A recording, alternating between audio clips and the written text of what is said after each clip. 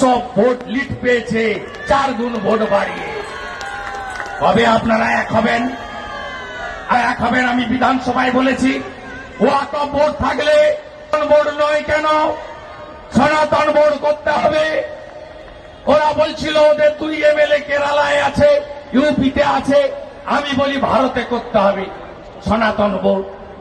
কেন লাভ জিহাদের বিরুদ্ধে আইন হবে না? কেন ধর্ম পরিবর্তনের বিরুদ্ধে আইন হবে না? কেন এনআরসি হবে না? কেন নাগরিক পুঞ্জি তৈরি হবে না? কেন যোগীজি যা করছে, হেমন্তজি যা করেছে, গোমাতার সম্মান রক্ষা করেছে হেমন্ত বিশ্ব শর্মা, আমার বাংলায় কেন হবে না? কেন হবে না? কেন হবে না? তাই ল মেকারদেরকে পাঠাতে হবে, হিন্দুদের ঐক্যবদ্ধ হতে হবে।